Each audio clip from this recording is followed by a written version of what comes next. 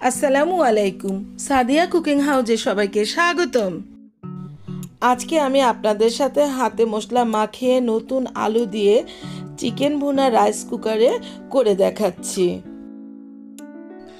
Rice কুকারে কিন্তু এভাবে নতুন আলু দিয়ে মুরগির মাংস রান্না কিন্তু খুবই সহজ এবং মজাও হয়।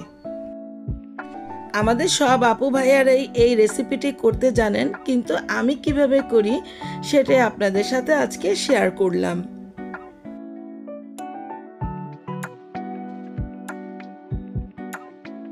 প্রথমে একটা মিক্সিং বোল নিয়ে নিলাম এখানে চিকেন।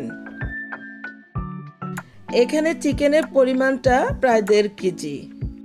এই চিকেনটাকে প্রথমে খুব ভালোভাবে কেটে ধুয়ে পরিষ্কার করে নিয়েছি। এবার এখানে দিয়ে দিচ্ছি প্রায় 1 টেবিল চামচের একটু বেশি আদা বাটা, 1 টেবিল চামচ পরিমাণ রসুন বাটা, দিয়ে দিচ্ছি 1 চা চামচ পরিমাণ ভাজা জিরে গুঁড়ো, আরও দিয়ে দিচ্ছি 1/2 চা চামচ পরিমাণ গরম মশলার গুঁড়ো, তারপর দিলাম 1 চা চামচ পরিমাণ ধনিয়া গুঁড়ো, আরও দিয়ে দিলাম 1 চা চামচের একটু বেশি হলুদের গুঁড়ো এবং 1 চা চামচের একটু বেশি মরিচের গুঁড়ো, দিয়ে দিলাম স্বাদ মতো লবণ। এবার এখানে আরও দিয়ে দিচ্ছি 2টা দারচিনি, 2টা তেজপাতা, 3টা এলাচ, 4টা লবঙ্গ। তারপরে দিয়ে দিলাম 1 কাপ পরিমাণ পেঁয়াজ কুচি। এবার এই চিকেনটাকে খুব ভালোভাবে ম্যারিনেট করে নিব। চিকেনটা ম্যারিনেটের কাজ আমি হাত দিয়ে করে নিচ্ছি। এভাবে হাত দিয়ে ভালো করে মাখিয়ে নিলে চিকেনের মধ্যে মশলাটা খুব ভালোভাবে ঢুকবে এবং খেতেও খুব টেস্টি হবে। এজন্য এটাকে একটু সময় নিয়ে করে নিতে হবে। দিয়ে দিচ্ছি 1/2 কাপ পরিমাণ তেল। তেলটা দিয়ে আরও একটু ভালোভাবে ম্যারিনেট করে নিতে হবে। আমি প্রায় 10 মিনিটের মতো এভাবে নেড়ে চেড়ে ম্যারিনেট করে নিলাম। তারপর এটাকে 10 মিনিট ঢাকনা দিয়ে ঢেকে রেখে দিলাম। মাংসটা ম্যারিনেট হতে থাক। এবার রাইস কুকারের মধ্যে দিয়ে দিলাম 1/2 কাপ পরিমাণ তেল। এই তেলের মধ্যে এবার দিয়ে দিচ্ছি ধুয়ে কেটে রাখা আলুগুলোকে এভাবে আমি টুকরো করে নিয়েছি। আলুগুলোকে প্রায় 5-6 মিনিটের মতো ভেজে নিচ্ছি। দিয়ে দিচ্ছি সামান্য পরিমাণ হলুদ, আরও অ্যাড করে দিলাম লবণ। এবার এই সবগুলোকে খুব ভালোভাবে মিশিয়ে নিচ্ছি। যেহেতু এটা নতুন আলুটাকে একটু ভেজে নিলে খেতে খুব টেস্টি হয়। এটাকে আমি 5 মিনিটের মতো ঢাকনা দিয়ে ঢেকে রেখে দিলাম।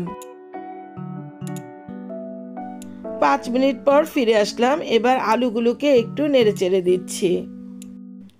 আলুগুলোকে আরও মিনিট 2 রাখবো, এজন্য ঢাকনা দিয়ে ঢেকে দিলাম।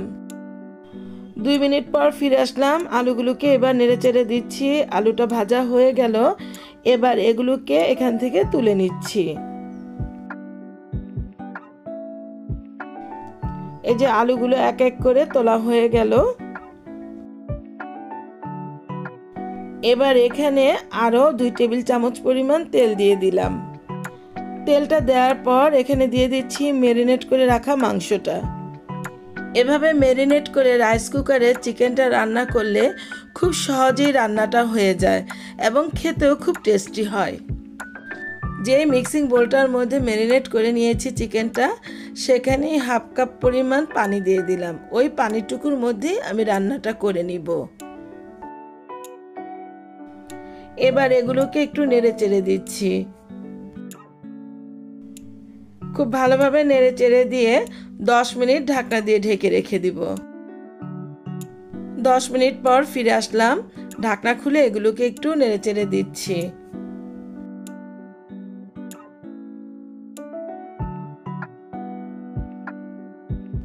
খুব ভালোভাবে নেড়ে চেড়ে দিয়ে আরও 5 মিনিট ঢাকনা দিয়ে ঢেকে রেখে দিব।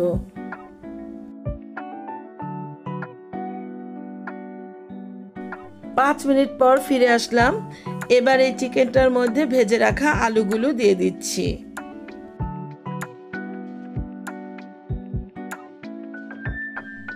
আলুগুলো দেওয়ার পর এগুলোকে খুব সুন্দরভাবে নেড়েচেড়ে দিতে হবে। নতুন আলুটা কিন্তু একটু পানি পানি থাকে, এর জন্য এগুলোকে ভেজে নিয়েছি।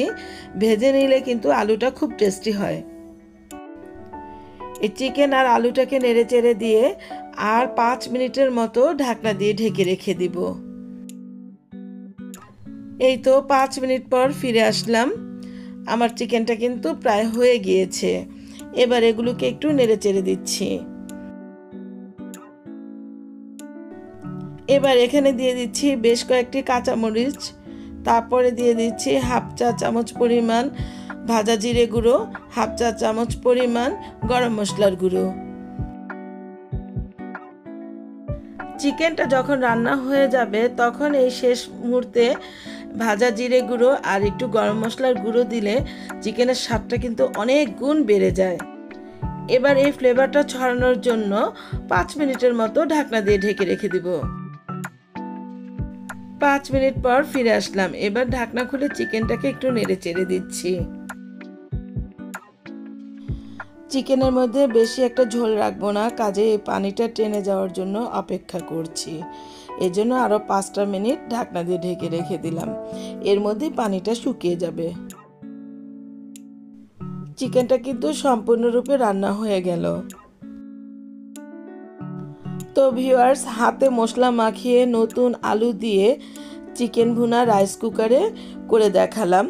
আমার এই রেসিপিটি যদি আপনাদের কাছে এতটুকু ভালো লেগে থাকে তাহলে আপনারা আমাকে লাইক, শেয়ার, কমেন্টস এবং সাবস্ক্রাইব করতে ভুলবেন না প্লিজ।